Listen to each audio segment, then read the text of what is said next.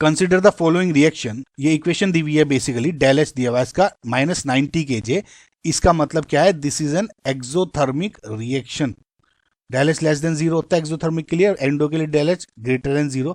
The number of factors which will increase the yield of SO3, product का yield बढ़ाना है। ठीक है, अभी ली चैटलियर प्रिंसिपल के जो आपके रूल्स हैं सीधे सीधे बस वो लग रहे हैं, आपको याद है तो बढ़िया है। देखिए पहला टेम्परेचर पे बता रहे हैं।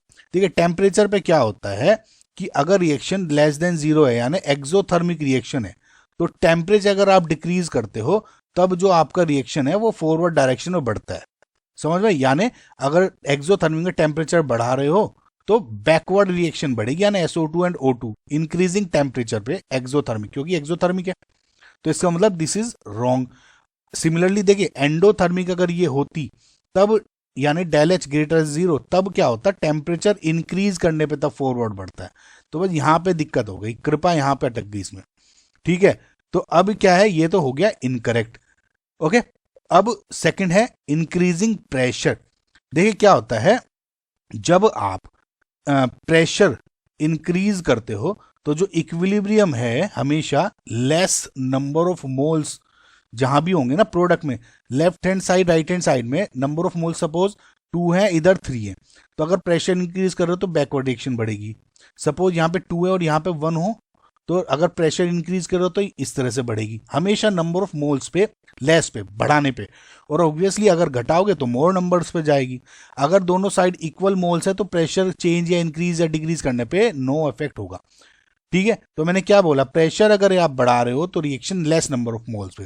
तो इसमें कितना है, 2 + 1 3, इधर 2 है, तो प्रेशर इंक्रीज कर रहे तो और लेस नंबर मोल्स यानी फॉरवर्ड रिएक्शन बढ़ रही है। तो this is a correct statement. अब सेकंड है एडिंग मोर SO2। देखिए हमेशा क्या होता है कि इक्विलिब्रियम पे है ये प्रोडक्ट, यानी अब जितना आप SO2 O2 है इसमें, वो जितना खर्च हो रहा है उतना ही बन रहा है, ये एक इक्वल उसमें कंसंट्रेशन में फिक्स है। लेकिन जब भी आप रिएक्टेंट्स की क्वांटिटी बढ़ा दोगे, कोई से भी रिएक्टेंट की क्वांटिटी, जो बेसिकली ये देखिए आपस में रिएक्ट कर रहे हैं तभी तो SO3 बना रहे हैं, तो जब भी इनकी किसी की भी क्वांटिटी आप बढ़ा देते हो तो ऑब्वियसली रिएक्शन प्रोडक्ट की तरफ बढ़ेगी।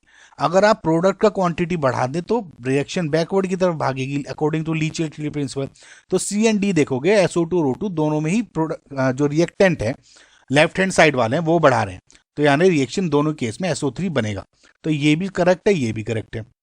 एडिशन ऑफ C कैटलिस्ट ये बेसिकली इनकरेक्ट है। देखिए क्या होता है, जो कैटलिस्ट है does not have any effect on the concentration of the जो आपका प्रोडक्ट है reactant, it only affect the आपका जो भी रेट है ना रिएक्शन का, रेट ऑफ रिएक्शन पे ही अफेक्ट होता है, इस कंसंट्रेशन पे catalyst does not have any effect. ठीक है, एक बात ध्यान रखिए कि जब भी आपका कोई इक्विलिब्रियम है, वो जो डिपेंड करता है उसकी ऊपर नीचे होगी, वो हमेशा टेम्परेचर, प्रेशर और कंसंट्रेशन पे डिपेंड करता है। या हम कह देते हैं P है तो V के ऊपर भी कह दो कि भैया P और V क्योंकि इनवर्सली प्रोपोर्शनल होते हैं, लेकिन बस यही फैक्टर्स होते हैं जिन पे ये डिपेंड करता है। तो फिलहाल इसमें B C D are correct. ठीक है, तो नंबर ऑफ फैक्टर्स पूछा था विल इंक्रीज, यानी 3 आपका आंसर हो जाएगा इसमें फाइनल।